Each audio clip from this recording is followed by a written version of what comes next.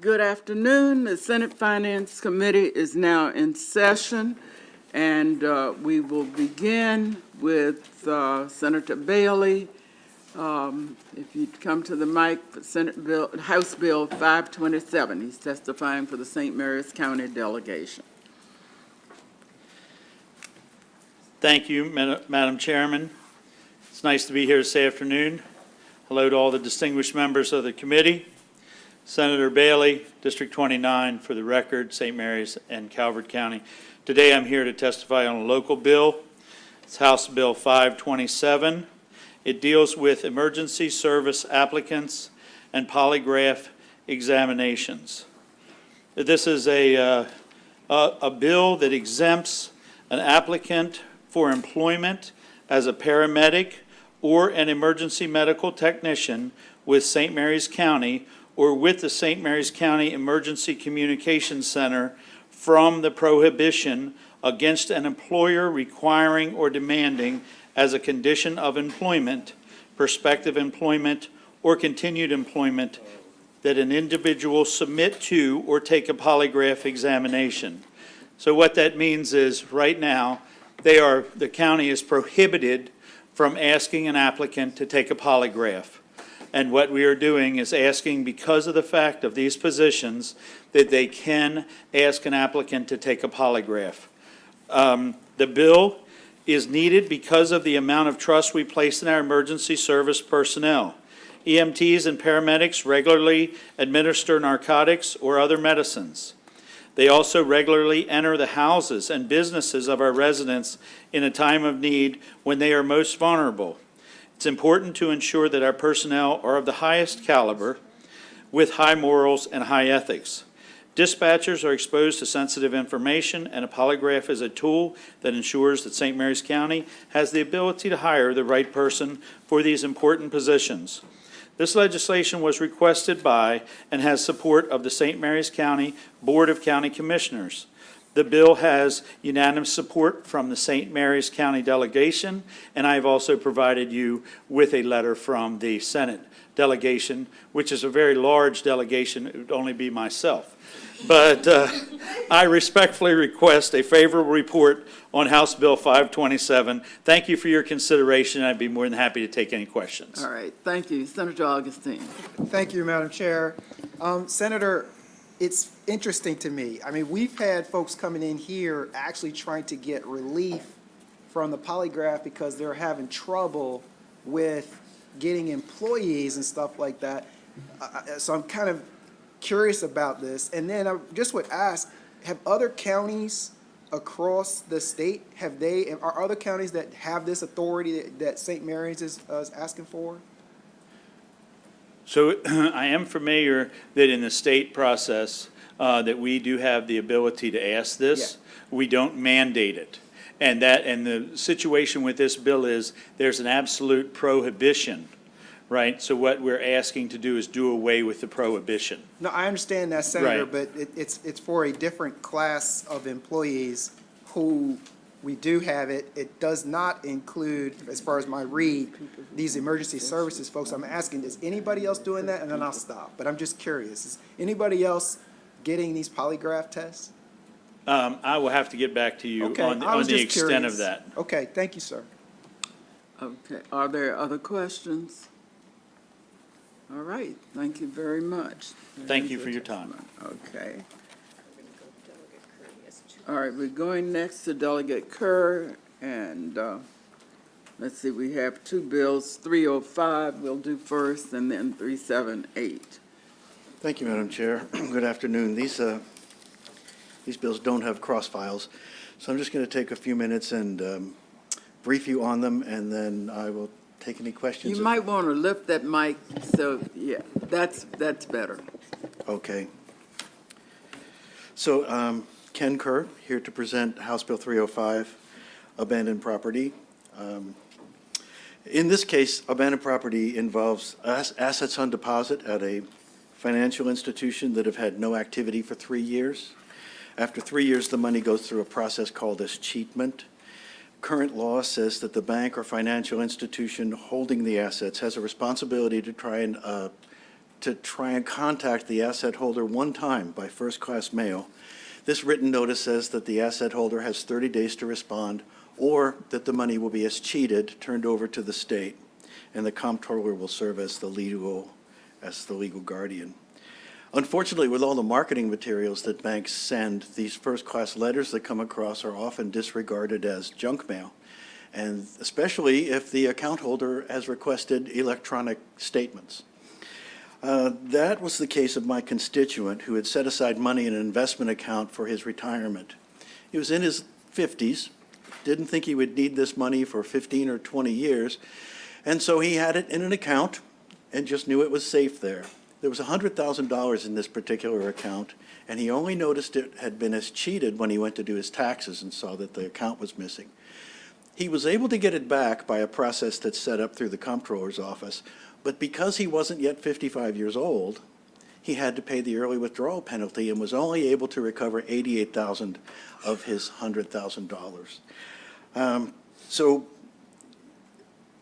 I brought this bill forward back in 2020, and this committee passed it unanimously, and the Senate passed it unanimously. The companion bill in the House also passed unanimously, but that was the year they sent us home 3 weeks early, and so the bills never matched up at the end of the year. So I bring it back this year.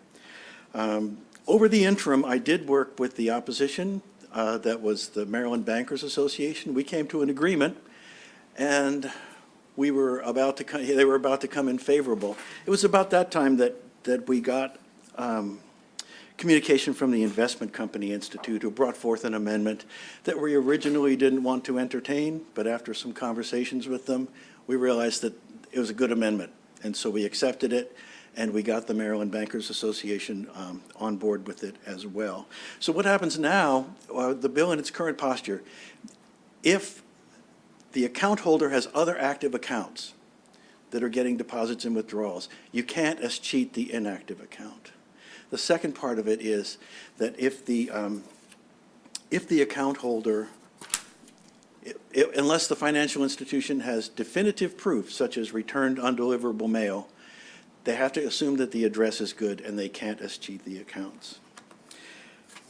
So we have, it passed out of ECM with a unanimous favorable vote, and it passed the House 131 to nothing, and we request a favorable report from this committee. It sounds like it's really necessary and an emergency. All right, any questions? Is there any way of getting him back, the difference between the 88,000 and at least what he had, even if he misses his interest? Yeah, no, it was the early withdrawal penalty because he hadn't yet reached retirement age, so. Yes. All right, thank you. All right, we're going to your second bill then. Okay. Good afternoon. Ken Kerr, here to present House Bill 387, Maryland Healthcare Commission Palliative Services Work Group. House Bill 387 is a bill that requires the Maryland Healthcare Commission to form a work group to study palliative care services, make recommendations on how these can be improved in the state. Palliative care is often misunderstood and underutilized because it's confused with hospice care. While both may be end-of-life care, the main difference is palliative care can be provided if a patient is still receiving treatment for the serious illness, such as cancer, heart failure, dementia, Parkinson's disease. Palliative care is meant to enhance the patient's quality care by focusing on the quality of life for them and their family. It's helpful at any stage of an illness, and it's best provided soon after the individual is diagnosed. In addition to improving quality of life and helping with symptoms, the palliative care can also assist patients with understanding their choices for medical treatment.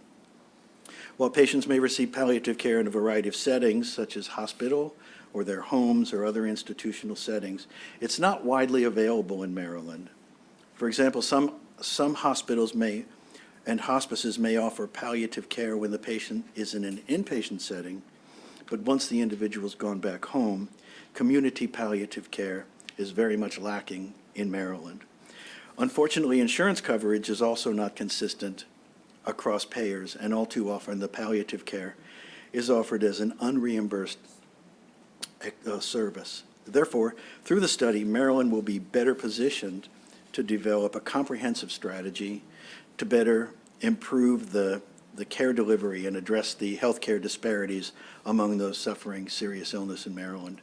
It's not only the benefit to the patient, but it also aligns with Maryland's goal of total cost of care model in lowering healthcare costs. The bill unanimously passed HGO with no amendments, no opposition, and it's supported by the Hospice and Palliative Care Network of Maryland, the Maryland Healthcare Commission, the Maryland Hospital Association, the Alzheimer's Association, AARP, Leading Age, HFAM, Lifespan, Johns Hopkins, the Maryland Association of Occupational Therapists, the Maryland Nurses Association, and the State Advisory Council on Quality Care at the End of Life. And we also urge a favorable report on House Bill 378.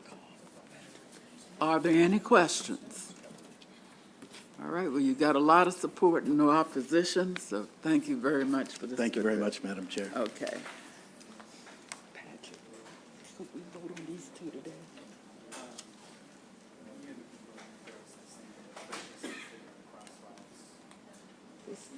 There's no, okay. All right, Delegate Lopez, you may come up. You can either sit at the table or stand at the mic. And let's see, debt settlement services, student education loan debt relief. Okay. Thank you, Madam Chair. Thank you, colleagues, or I should say, members of the Senate Committee, or of Senate Finance You're a Committee. colleague. Yeah, a colleague of the General Assembly. I'll be as generous as you'll allow me to be. For the record, I'm Delegate Leslie Lopez, here to ask for your support for HB 128, which ensures that for-profit companies cannot falsely advertise themselves as student debt relief services associated with the U.S. Department of Education. This bill requires companies advertising themselves, as student loan relief services to clearly state that they are a private company not affiliated with the Department of Education on both their service agreements and advertisements. This change will protect Maryland's most economically vulnerable from deceptive practices that further harm their well-being. These companies often charge for services that borrowers could obtain for free. In some instances, the companies advise their clients to take illegal actions to reduce their payments. These companies prey on borrowers who are already economically vulnerable, subjecting them to high initial costs and repeated monthly fees for services that do not provide relief. This bill also prohibits these companies from, 1, advising a consumer to stop communicating with their student loan service provider, and 2, assessing or obtaining a consumer's student aid information in violation of federal law. So in conclusion, Maryland's most economically vulnerable citizens are put at risk by predatory companies falsely advertising themselves as debt relief services. The disclosures required by HB 128 protect citizens from further deceptive practices. So I thank you for your time and urge a favorable report. Thank you. Are there any questions? Okay, seeing none, thanks so much for your All testimony. right, thank you. Okay. Isn't able to be here, but the commissioner will present that. Okay, Commissioner Kathleen Bahrain will introduce to us HB 536. What did you do to yourself? You know, don't ever exercise. Because I picked up my COVID-19 and his COVID-19 and your COVID-19, and then when I went back to get rid of some of those COVID-19s, my knee protested. Okay, all right. Well, thank you very much, Chair Kelly, Vice Chair Feldman, members of the committee. I'm Kathleen Bahrain. I serve as the State Insurance Commissioner, and I'm very pleased to be here today on behalf of the bill's sponsor, HGO Chair Shane Pendergrass, to urge a favorable report on House Bill 536. This bill does two things. First, it addresses a gap in the circumstances in which the Maryland Insurance Commissioner can invoke emergency powers. Right now, those powers can be invoked, of course, when the governor declares a state of emergency. They can also be invoked when the federal government declares a state of emergency as a result of a natural disaster that impacts regions of our state under the Stafford Act. This bill will add one incremental additional circumstance. That is, if the federal government declares a state of health emergency as a result of a pandemic, then that impacts our state, the commissioner can invoke the emergency powers.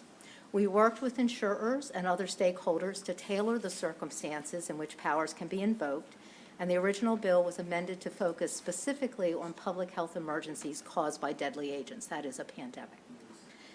The second thing that the bill does is it protects seniors who were on Medicaid and became eligible for Medicare during the federally declared emergency period, which has not yet ended.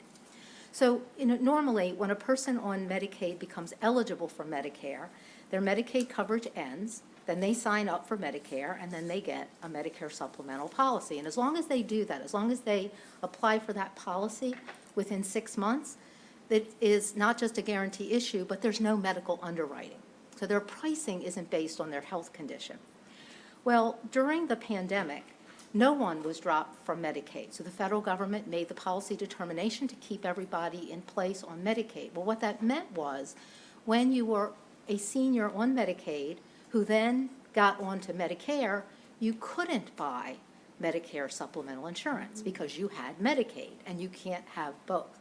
So when the federal health emergency declaration ends, and that will be coming, we're not sure exactly when, but when that happens, that small group of people, seniors who had been held on Medicaid, will lose their Medicaid. Then they need to go get Medicare Sup.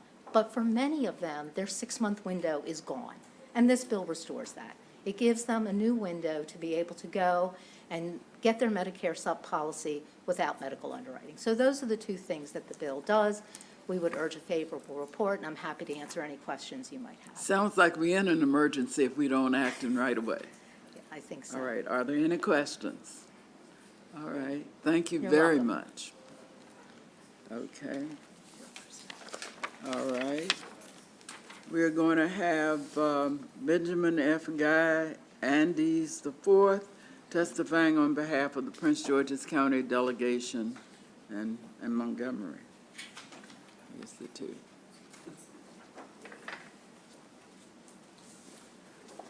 I apologize, Madam Chair, I wasn't expected that, but Guy Andes, Government Affairs Manager here on behalf of WSSC Water, here to ask for a favorable report for House Bill, I think it's 399, or 400, I'm sorry, 400, I get them mixed up. This bill simply replaces WSSC's antiquated statute pertaining to preferences for veterans with the state statute currently in practice. Under current statute, a veteran, in order to gain preference in a application or a competitive application process, needs to be a veteran who was honorably discharged and a bona fide member of the state of Maryland, a resident of the state of Maryland when they entered the armed forces. This matter was brought to us by a customer of WSSC Water who relocated from a state outside of Maryland, who was looking to gain employment and would not benefit from the preference given to veterans because he was outside of Maryland when he entered the armed forces. Ask for a favorable report, and I'll answer any questions you may have. Any questions? All right, I don't see any. Thanks so very much. Thank you, Madam Chair. Okay. All right, we're going next to Senate Bill 247, Delegate Resnick. His intern. Oh, his intern is going to, okay, come on up in there.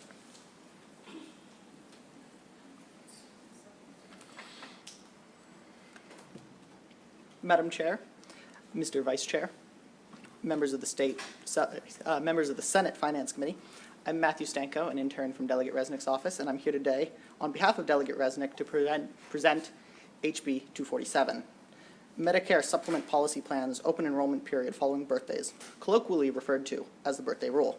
Delegate Resnick sends his apologies, but he is tied up in a hearing on the capital budget. HB 247 has one simple goal, allowing seniors to purchase Medicare Supplement or Medigap insurance in an open enrollment period. We are extending to seniors for 30 days following their birthday the same opportunity to choose their insurance policy that you or I have. Although Medicare is a federally funded program and outside the purview of state regulation, Medicare supplemental insurance plans are an insurance product and, like all other insurance products, are regulated at the state level by the Maryland Insurance Administration. The problem this bill intends to fix arises when seniors try to change their insurance coverage after becoming eligible for Medicare. Outside of the open enrollment period, a senior must pass medical underwriting. In effect, if the insurance carrier deems that the senior is too expensive because of a pre-existing condition or other major health event, they can deny them the change, forcing them to stay on a policy that is overly expensive or ill-suited to their needs. How many seniors on Medicare do you know that get healthier as they age? By creating this roadblock, insurance companies are essentially forcing seniors to remain with a plan and an insurer from the time they turn 65, even if the coverage, earlier if the coverage is because of a disability or transplant. Legislation to make this change has been introduced in 3 previous sessions. The bill before you today is identical to those previous sessions with 2 minor changes. 1, we have delayed the implementation date, and 2, we have given the Maryland Insurance Administration the authority to define specific terms, such as equal to or lesser. With these adjustments, the insurance companies are now neutral on the bill and no longer in opposition. The data and policy are clear. It is time for Maryland to adopt the birthday rule and give seniors on Medicare a break. The bill, HB 247, passed out of the HGL committee and the full House unanimously, and I urge the committee to provide a favorable report. Thank you very much. I don't see any lights on. Oh, yes, Senator Kramer. Okay. Just do me a favor, please thank Delegate Resnick for this good bill. It's about time it got this far along, and looking forward to vote in favor of its passage. So please share that with him. Thank you. Okay, thank you. All right, we're going to call up Caitlin McDonough to testify on behalf of Delegate Carr on HB 820. Thank you, Madam Chair. Good afternoon, members of the committee. Caitlin McDonough with Harris Jones and Malone here on behalf of Delegate Carr. He apologizes he couldn't be here this afternoon. He's on an NCSL panel. I'm here to explain and testify in support of House Bill 820, which is a corrective piece of legislation that just removes some limiting language that was included in a 2020 bill that passed on coverage for treatment of pediatric autoimmune neuropsychiatric disorders, or PANDAS. As that bill passed in 2020, there was a small amendment added to the bill that laid out a parameter for a specific medication. We generally find it not to be good policy to include specific brand name medications in the law. Removing this language, which is what this bill does, puts the bill back, or the statute back in the original posture, and just, leaves it up to the prescriber and the patient to determine the best treatment for that particular disorder.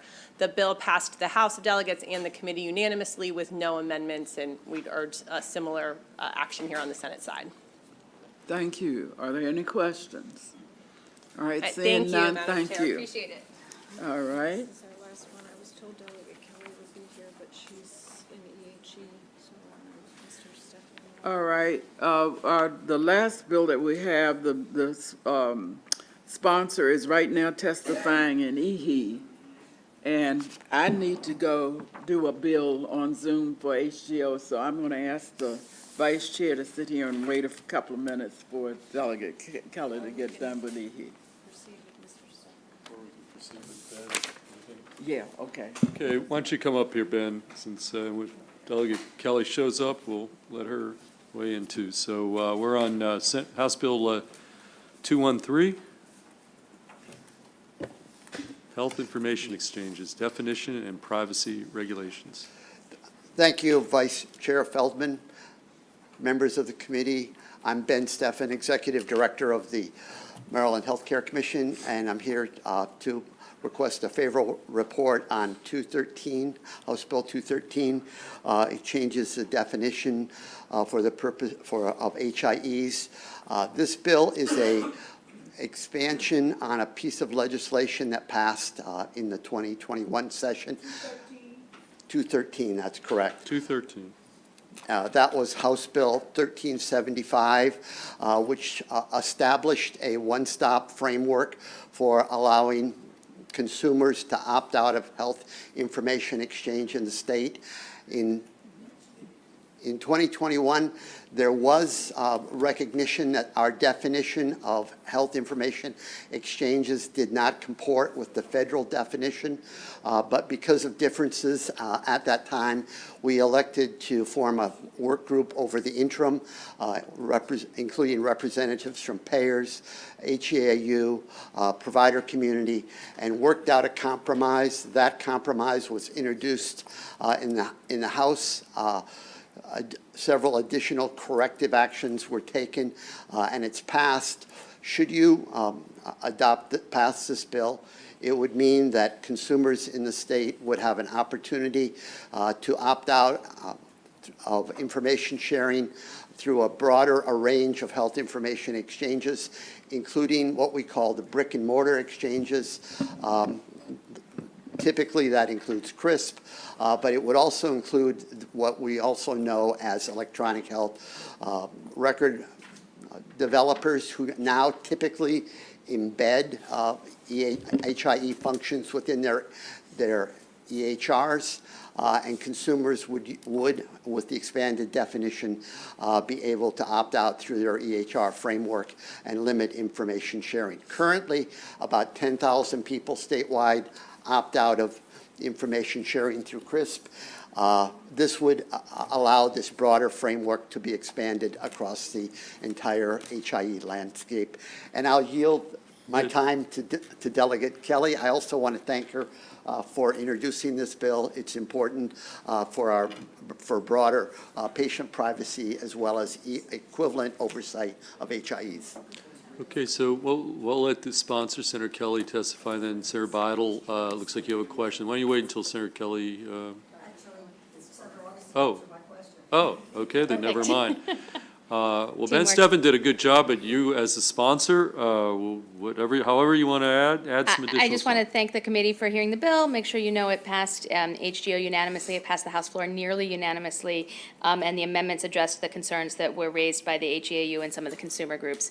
So I thank the committee for its consideration, and I apologize we didn't cross-file. It came late. I always prefer to cross-file, but I think this is a simple bill that should urge you guys to support. Thank you. Okay, any questions for Delegate Kelly?